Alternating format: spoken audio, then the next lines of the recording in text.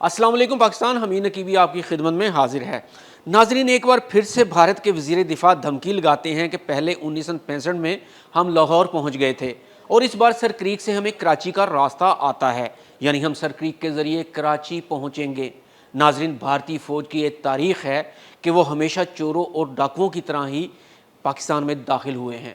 1965 میں بھارتی فوج کا ایک خواب تھا، یہ خواب تھا کہ وہ لاہور کے جم خانہ میں ناشتہ کریں گے، لیکن ہوا کیا؟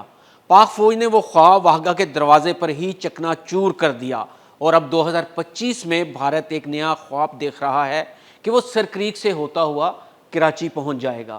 وارے بھارتیوں، تمہارے خواب اب بھی وہیں سے شروع ہوتے ہیں جہاں تمہاری ہمت ختم ہو جاتی ہے۔ کبھی تم سندور لینے آتے ہو اور تیاروں کی خاک لے کر واپس بھاگ جاتے ہو، اور کبھی ناشتے کے خواب دیکھتے ہو اور رائفلیں اور ٹینک چھوڑ کر فرار ہو جاتے ہو۔ یاد رکھو، یہ 1965 والا پاکستان نہیں، وہ پاکستان بھی ایک بہادر پاکستان تھا، لیکن اب پاکستان نے اپنے آپ کو اور زیادہ اپڈیٹ اور مضبوط کر لیا ہے۔ یہ نیا، جدید، تیار اور جواب دینے والا پاکستان ہے۔ اور یاد رہے، ابھی کوئی 8-10 دن پہلے کی تو بات ہے جب بھارت نے پاک فوج کو سر کریک سے دور رہنے کی دھمکی دی تھی۔ اگلے ہی دن پاک فوج وہیں سر کریک کے پانیوں میں نعرہ تکبیر بلند کر رہی تھی، اور بھارتی میڈیا پر صرف ایک ہی خبر چل رہی تھی: انڈین فورسز نے پوزیشنیں پیچھے ہٹا لی ہیں۔ تو سوال یہ ہے، آخر بھارت سر کریک میں کرنا کیا چاہتا ہے، اور پاکستان نے اس بار کیا تیاری کر رکھی ہے؟ کیا واقعی 1965 میں بھارتی فوج لاہور پہنچی تھی؟ سر کریک آخر ہے کیا، اور وہاں سے کراچی تک کوئی راستہ ہے بھی یا صرف زبانی جمع خرچ ہے؟ پاکستان کا فتح 4 میزائل سسٹم آخر اتنا خطرناک کیوں ہے، اور پاک فضائیہ آج کہاں کھڑی ہے؟ کیا واقعی بھارت کے رافیل کے سامنے برتری حاصل کر چکی ہے؟ تو ناظرین، آئیے جانتے ہیں۔ یہ کہنا کہ بھارتی فوج لاہور پہنچی تھی ایک تاریخی مذاق ہے۔ اصل حقیقت یہ ہے کہ 1965 میں بھارت کا خواب واہگہ بارڈر کے قریب ہی دفن کر دیا گیا تھا۔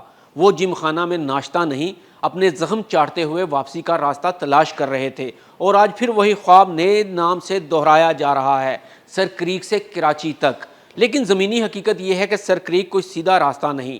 ناظرین، سر کریک ایک لمبی گھومتی ہوئی آبی پٹی ہے جو سندھ کے جنوب اور بھارتی ریاست گجرات کے شمال کو آپس میں جوڑتی ہے۔ یہ علاقہ کچھ ایسا ہے جیسے زمین سمندر میں گھل گئی ہو، دلدلی، پیچیدہ اور جغرافیائی طور پر ہمیشہ بدلتے رہنے والا علاقہ۔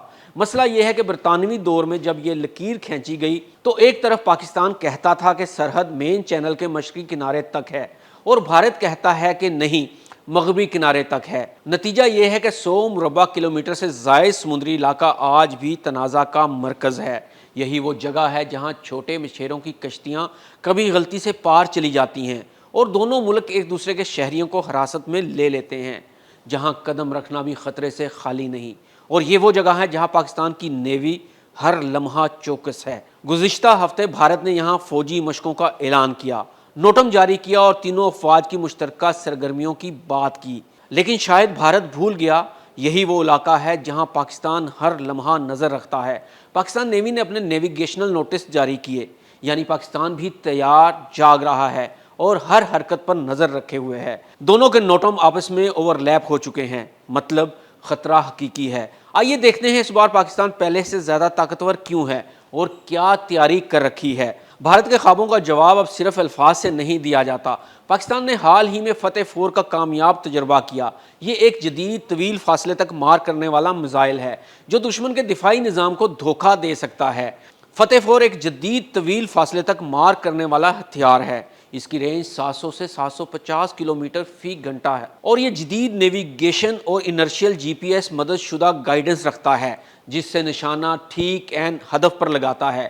فتح 4 کم بلندی پر پرواز کر کے دشمن کے روایتی ریڈار کو چکما دینے کی صلاحیت رکھتا ہے۔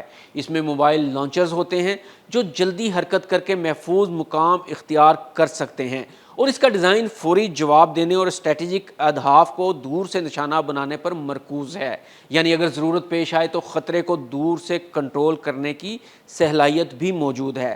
اب بات کریں گے فضائیہ کی۔ پاکستان ایئر فورس آج پہلے سے کئی گنا زیادہ طاقتور ہو چکی ہے، خاص طور پر JF-17 تھنڈر بلاک 3۔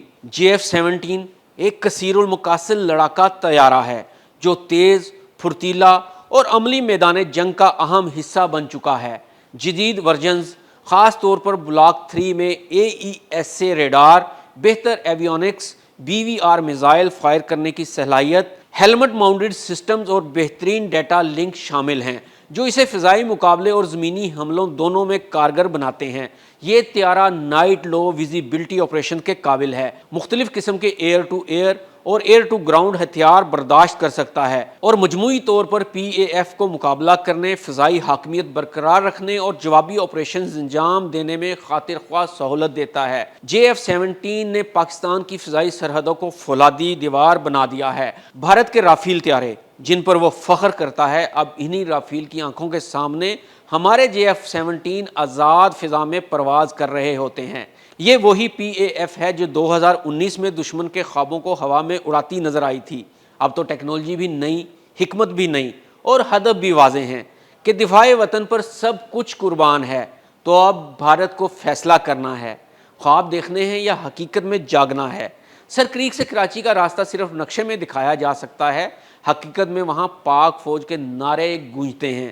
اگر بھارت ایک قدم بڑھائے گا تو پاکستان 100 قدم آگے بڑھ کر جواب دے گا، اور اس بار فتح محض ایک ہتھیار نہیں بلکہ ایک پیغام ہے۔ پاکستان تیار ہے اور جاگ رہا ہے۔ نعرہ تکبیر، اللہ اکبر۔ حمید نقیبی کو اجازت دیجیے، اللہ حافظ۔